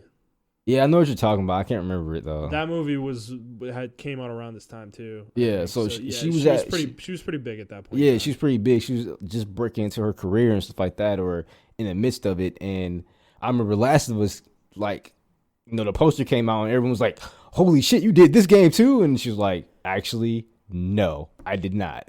So, I mean, that's besides the point though. The game though, I felt like the story was really good. I just felt like the gameplay was just lacking for me, and it just didn't impress me at all. Mm-hmm. There were certain points that took me out the game and things of that nature, and I don't know. Well, so Last of Us 2 though, what are you feeling about this game right now? Because I feel like they haven't revealed any real gameplay, right? I actually wanted a blackout in this game, because I wanted to go into it fresh, but from what I've seen, there isn't going to be an escort mission. Like all the Fallout, Last of Us was like an escort mission type deal, right? Where sometimes, but it wasn't like the annoying escort mission where your escort could die. Like Ellie basically can't die. Ellie can't die and things. She doesn't get seen or anything like that. So yeah. But it looks like it's just going to be a straight up story. It's not going to be like a Ellie story. It is Ellie's story, but it's not going to be like, I don't know. The story just looks more visceral. I know a lot of people were against the grittiness of it, but I'm like, oh, for this shit. Like that's what I wanted in the first game. I want it to be really gritty, and which I expressed this though when they showed it in that State of Play in September. that I just thought they were like going a little bit too far with the gore and the grit that you're talking about. Like, Yeah. I think they're really going over the top for shock value, and I'm not sure that's good for the game, but I guess we'll find out. I don't know. I did have a mental block with the first game where I played it at launch and got about halfway through it, and then I put it down for like 6 months, and I did not beat it for a while. So I'm wondering if the same thing's going to happen with this game too, because I do agree with you. I think the gameplay is good. It's fine. Like, it's very like well-made third-person shooting, but the only thing I think that makes it interesting is the fact that resources within the game are so scarce. I think that's like where the game was interesting to me, is that it was really immersive because of that. It really felt like you were in a post-apocalyptic world where you had to scrounge for every fucking inch, you know? Yeah. I think that's where the game really excelled. I think when you actually got into the combat, it was kind of boring and one note, and frankly, I hated fighting the stupid zombies. Like, they were really annoying to me a lot of the time. I feel like the game shine more when you're like being stealthily and not engaging Right, people. not actually fighting. Exactly, yeah. So we'll see, though, how the second game is, because they did show some gameplay a couple years ago that was really interesting, showing how the enemy AI kind of worked, and it seems like they're a lot smarter and are more, I guess, interesting than they were in the first game. So we'll see. We'll see when that comes out. So, okay, the rest of the games on our list they don't have release dates yet, but they are dated for 2020. So I guess we'll go through kind of each game on our list. So you have Streets of Rage 4 on yours. Yeah, it's a Sega game. I know you just trashed on Sega earlier today. Off mic. It is a Sega game. Streets of Rage 1 through 3 was on the original Sega Genesis. It's a Sega classic. A lot of people who started with side-scrolling beat-em-ups either started with Double Dragon, Battletoads, or Streets of Rage. And I started on Streets of Rage. Fatal Fury. A lot of people played that one too. So I really like that. I really like side-scrolling beat-em-ups, and I think they should make a comeback. And this game is staying true to the 2D. It's still 2D, but it's gonna have like updated sprites and things of that nature. And they're working with Sega on the music, and they're keeping that whole 80s vibe, like really neon lights 80s vibe that the first 3 games kind of had. And this game's keeping that flair, and I'm really excited to play it. What about you? All right, so I have a game on here called 12 Minutes. I don't know if you remember this one from Microsoft's E3 press conference. Yeah. This was the one that was like, there's a 12, like something happens over the course of 12 minutes, and you have to make a bunch of choices to kind of figure out like what's going on. Like a cop comes to your door and like bangs on the door, and you have to like, you can either ignore him, answer the door, try to talk your way out of the situation, and understand. Because I think what was it? Your wife was like cheating on you or something like that, something along those lines. So a bunch of shit all kind of coalesces into this 12-minute period, though, and there's different permutations of what can happen depending on what you do. Okay. So this game looks really cool. We haven't heard anything about it since E3, or at least I haven't. Not in least of all a release date. So I'm still really looking forward to this game. This is going to be a very like one of those quick indie games. I feel like this will be a few hour experience probably, but still really looking forward to this. So I'm going to be paying attention to see kind of when it's coming out. Next thing we both have is Dying Light 2. This is slated for Q2, but I'm not sure. It could definitely get pushed. We'll see kind of what happens with that. So did you played Dying Light 1 to completion, or? Wait, you said did I play Dying Light 1? Yeah, the first one. Yeah. You did? Did you beat it? Yeah. You did, okay. Yeah, I also beat it, and this was one of the most surprising games of the last decade for me, was Dying Light. Yeah. This was not a game that I even knew about before it came out.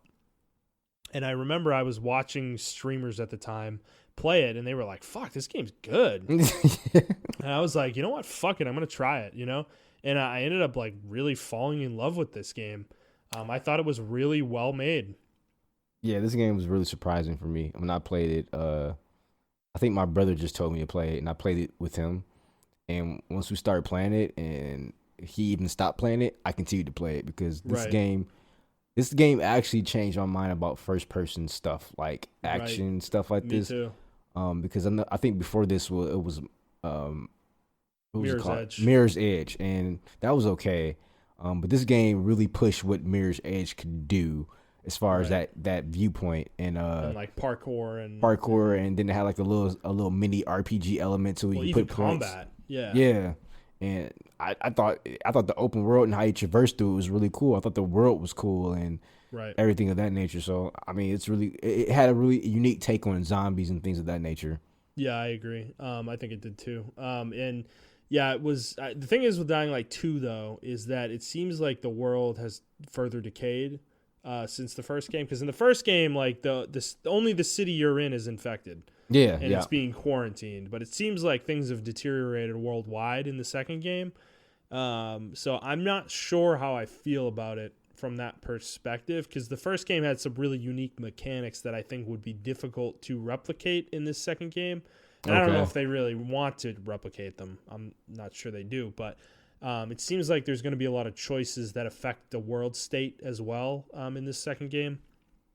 Like you're going to have to side with certain factions, and that's going to determine kind of what places you can go to and what happens with like certain bases and things like that. So it seems like the game is going to be pretty dynamic, which is exciting. But I guess I'm intrigued to see more because we've just seen so little of this game, up to this point. I know they showed it at E3, but I really didn't take very much out of that presentation that they hadn't already showed before. It was very similar to their first showing of the game. So I'll be interested to see more. I kind of think if this game does come out in Q2, I'm really thinking it's going to hit that like June, July window probably. Yeah, probably. I think this is a perfect game for that period of time. Honestly, there will be nothing coming out at that point in time. So I think that's a good window for them, but we'll see if they hit it. You have anything else on this? No, I mean, if you guys are like me and you thought like this is another thoughtless zombie game, like it's really not. It's really well thought out. The world is really well thought out, and how people reacting to even some of the acting in the game is really good. And how they react to certain situations. The story is actually pretty fleshed out, surprisingly for a zombie game. So, I think you guys should give it a try. It's probably like maybe $15 on Steam now or some shit like that. Yeah, you could probably get the whole definitive edition for $10 on sale. Yeah. I recommend you guys go check it out. All right. Next game that you have is Halo Infinite, which will be a launch game for Xbox Series X. Yeah, I don't have really too much to say because they haven't really released anything. But I'm a huge Halo fanboy, so I'm just looking forward to the next Halo game. I'm interested in seeing what they're gonna do with the genre, particularly with how they advertise Halo 5. I think that's why they've been really silent on it because of Halo 5's campaign, and we already had a podcast about that. Oh yeah. So I'm really interested in seeing what they're gonna do with the gameplay. I'm don't quote me, but I'm 90% sure they're gonna have local co-op back. Like that was the major flaw for Halo 5 that it didn't have local co-op, and that pretty was a sure huge deal. Yeah, and I'm pretty sure the Xbox Series X can handle that, and it's gonna have local co-op. So I'm really interested in seeing what they're gonna do with the franchise. I did hear a rumor that there was gonna be battle royale in the game, but I don't think so anymore because that genre that would be pretty cool though for Halo. For Halo, you think so? I think, dude, with like warthogs and banshees and shit, like just go fucking crazy with it, man. Hey, I think it'd be pretty dope. Okay, I don't know. I mean, maybe like one or two vehicles here and there, but I don't know about all the scorpions. Fuck it, just throw them all in there, dude. I think you just go zany with it, man. Let Halo be Halo. Okay. Yeah, there was a rumor about that, but I'm not sure if that's true or not. Especially since battle royales have really not died out, but they fizzled onto the main two, which is Fortnite and PUBG. I really don't hear too much from other battle royale games. Do they still do the suit powers that they did in like Reach? They still have no. That They stuff? integrated them more into the game now, so they don't have the suit powers that they used to have, which I thought were pretty cool. But maybe you bring that back if you're gonna have a battle royale mode. Like bring that back. Oh yeah, have certain drops. Let people have custom loadouts for their suit. Oh okay, yeah, that makes sense. So that would be how you differentiate each other, for yourself from other players. You know, you could do some cool shit with it, man. I think Halo would work in a battle royale setting, but it's just me. Whatever. Everybody hates battle royale at this point, so yeah, it's been oversaturated, unfortunately. Right. Okay, next game for me is this one's kind of tentatively on the list, is Ghost of Tsushima, which is slated for summer. Dude, their last trailer they showed really just like fucking destroyed any hype I had for this game. Because it looks like a completely fucking different game than the one they showed at E3 2 years ago. Yeah, I'm not really too excited about it. Like, it looks like fucking Sekiro now.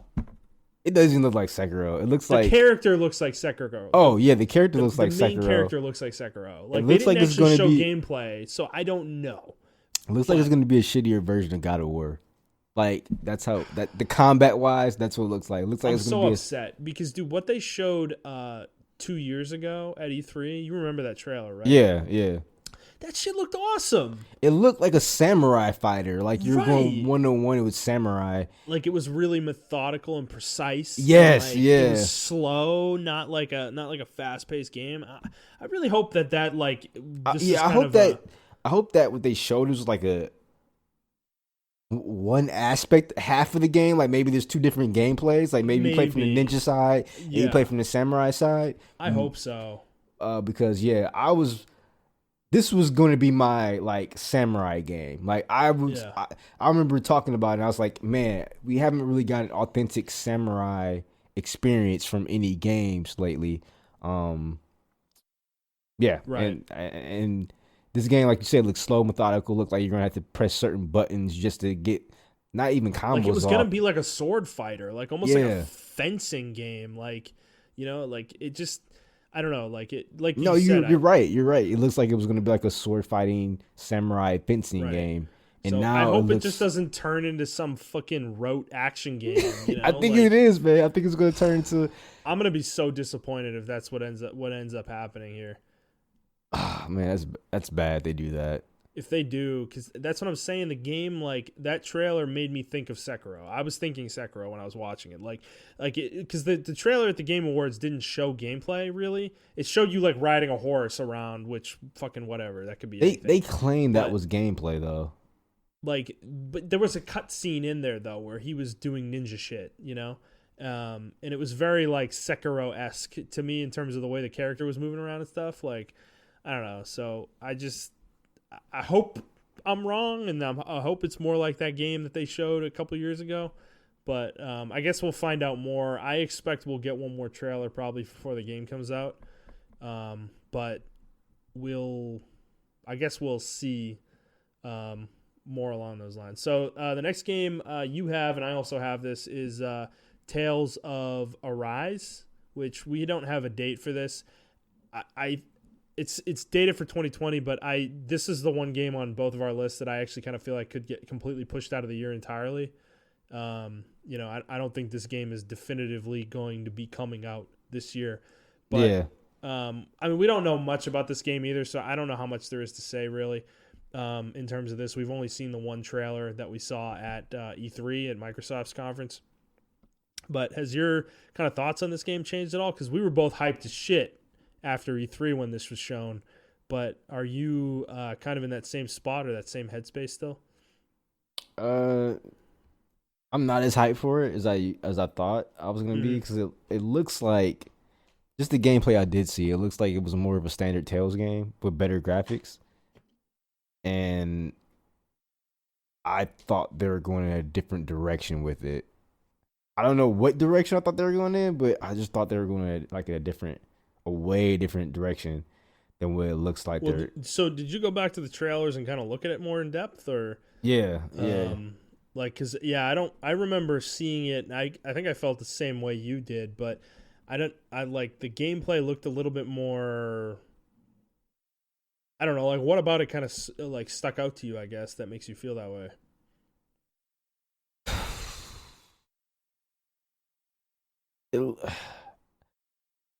I want it to be like, it looks like, it looks like it was not going to be open world. Like in Tales games, there's a certain open world element to it, yes, but you always go into a battle phase, Mm-hmm. and then you have your party. I thought you were gonna be almost like, whatchamacallit, Dragon Age Inquisition, right? Like I wanted the game to be like that, like Japanese version of that. Like there aren't no battle phases. You have your party on the map with you, and you just go into a battle phase. Like there are no transition screens. And I thought that's what it was gonna be, but it looks like it's more so on the other side where you still do go into a battle phase of the game. From what I've been reading, it's not exactly like open world per se. Okay. So I'm not too sure. Like I said, this is just speculation at this point. Like a lot of people are speculating because a couple leaks came out, but just from the gameplay trailer, I thought like, yeah, like, oh, we can just run straight into battle now. We don't have to go into another screen or, come up behind the enemy or, just make it engage like how you do in Pokemon or something like that. So Right. that's what I was looking forward to. But it just, from what I've seen and what I've heard, it looks like it's going to be more of the same. Like it's just better graphics, in my opinion. Okay. I guess we'll find out as they show us more. My second to last game is Brigandine, Legend of Runercia. This game was announced a few months ago, and this is a kind of sequel to a really old PS1 game called Brigandine, Legend of Forcina. And I was just surprised that this game even exists. I can't believe that this IP is being revived in any capacity whatsoever. I literally never thought this would ever happen in any universe, that this would be possible. This is the PS1 game is a not fondly looked back on strategy game that very few people actually like. I'm one of those few people, but so I couldn't believe when this was announced. So I mean I don't know anything more about it than we did when it was announced, but it is a game though that I will probably pick up when it does come out. So it is a Switch. I think it's a Switch exclusive. So. I'm always a sucker for tactics games, though. That will never change. So your second to last game is Watch Dogs Legion, which has been delayed. Obviously, we talked about that a few months ago. It is not coming out in March the way it was supposed to originally, but it is still slated for 2020. So what are your feelings on this game at this point? Do you think they're going to be able to pull off the shit that they were trying to show at E3 last year? Even if they can't, the game looks really fun. It does. The gun fu you can do, I call it gun fu, but the gun fu you can do with the game looks really cool. We really haven't had a game that can do that type of thing. Like disarm somebody, take their gun, shoot another person, flip over a fucking cardboard box or something like that, disarm the other guy, take his gun, shoot the other person like that. Mm-hmm. This game, you can do all that, and I'm really interested in seeing the combat for it. Like I really like that type of combat. I've really been waiting for a game like that with that type of combat. And even if they can't pull off that wacky, zany, like, oh, everyone has their own lines. Not everyone, what they say, talk the same, or they all have their own endings. They all have their own storylines. Yeah, they all have their own storylines, and those storylines are the same. I think they touted that, right? Like no storylines the same or some shit like that.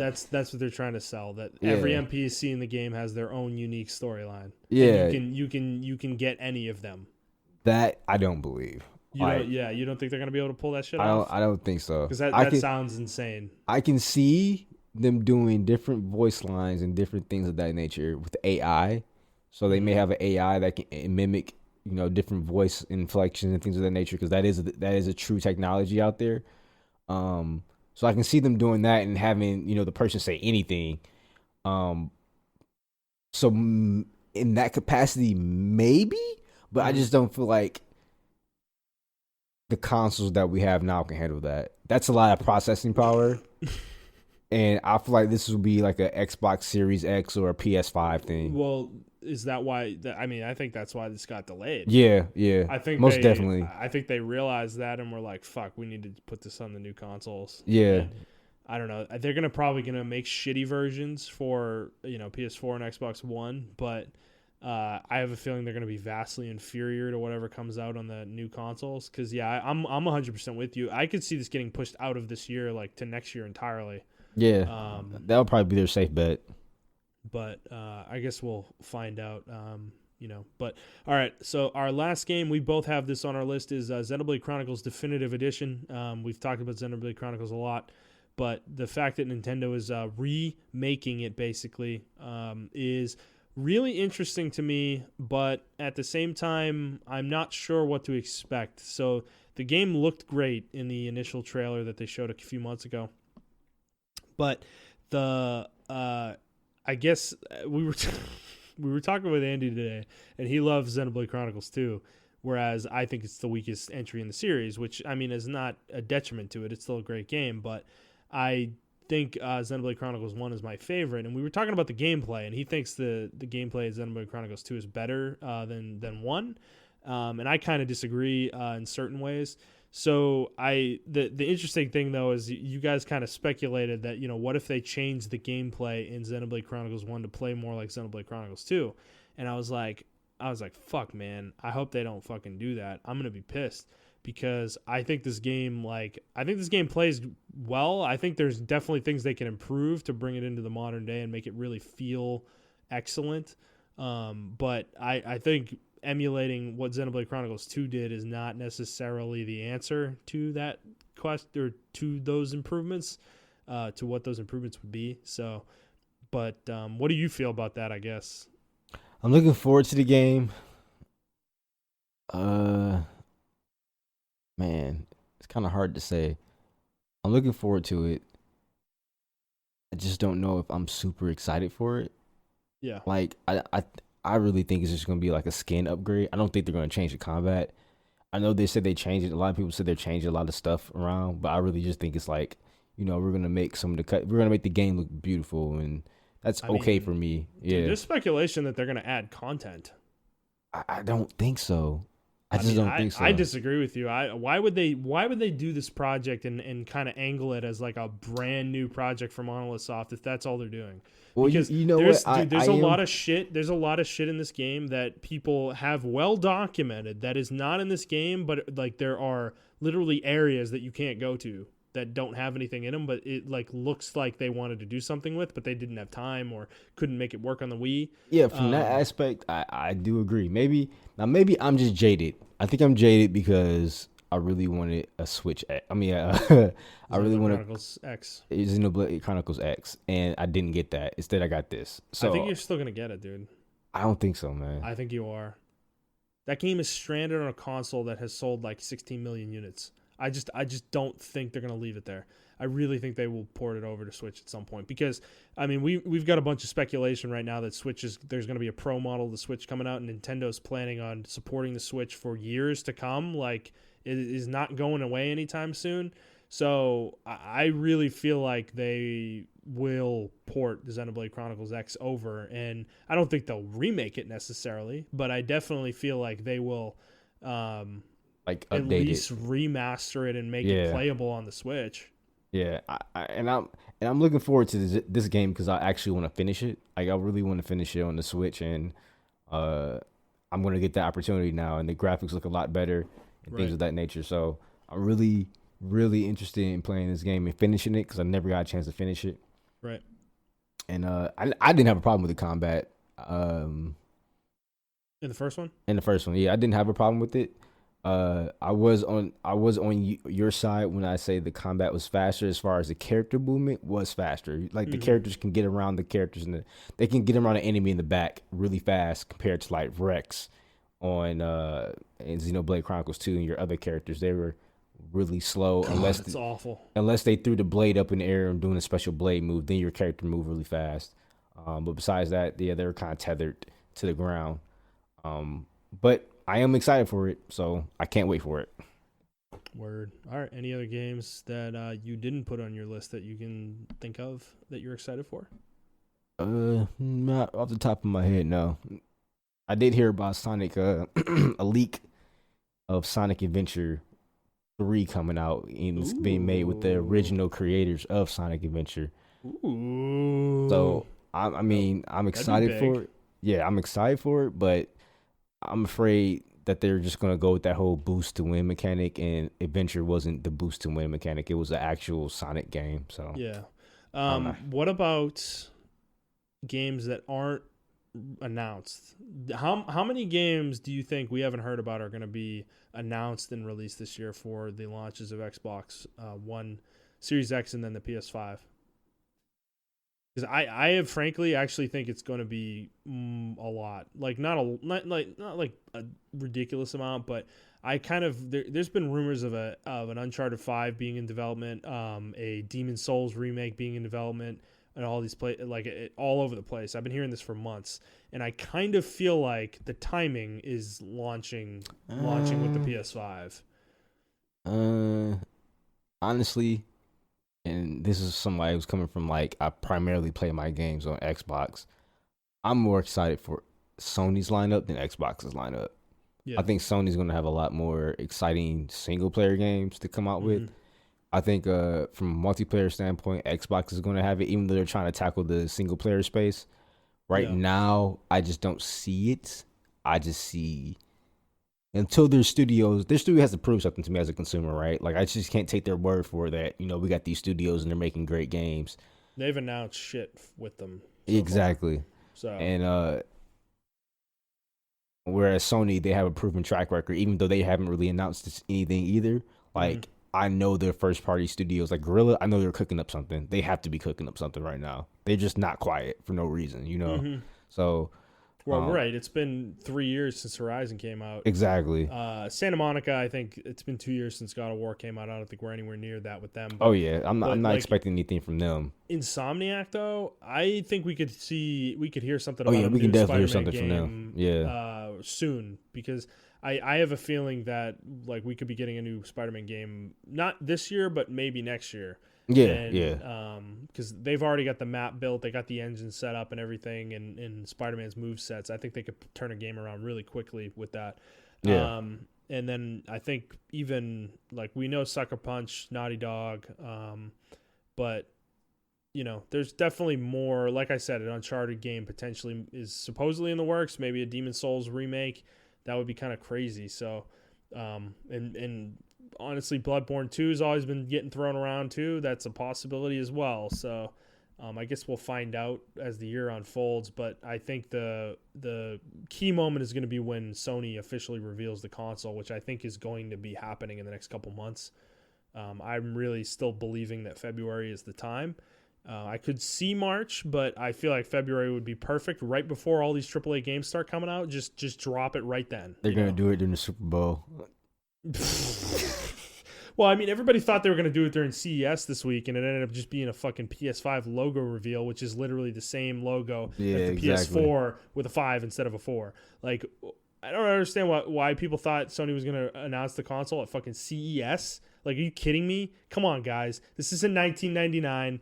It's fucking 2019. They're not doing that. So, like, they're going to have their own event. Like Montrell said, they might stream it. It might just be a stream. That would be the worst thing imaginable. But they're probably not going to do that. We'll see. We have a bet, though. Remember? Oh, yeah, we do. We do have a bet about that. So I guess we're going to find out who's right about that specific bet, hopefully in the next few months. So, it's exciting times. There's a lot of shit happening in the early part of this year. So, all right, we're going to call it there. If you like this episode, please like the episode, review the episode, and subscribe to the show on whatever feed you're listening to it on. And if you could, please share it with your friends. We are looking to grow the audience, as we always are. If you would like to interact with either of us, you can do so on Twitter at iTrapForTheHokage for Montrell. That is the number 4, not the word. I am at ThunderNut01, and the show is at The Player's Take. If you'd like to send us a question, you can do so on Twitter, or you can send us an email to theplayerstake01@gmail.com. Next week, we don't have a topic planned. It's just going to be news. It may be a light episode. We'll see. Depends on, I guess, what happens, but we're going to be, we will be here like we are every single week. So we hope that you guys enjoyed this episode, and we will see you on the next one. All right. Bye, guys.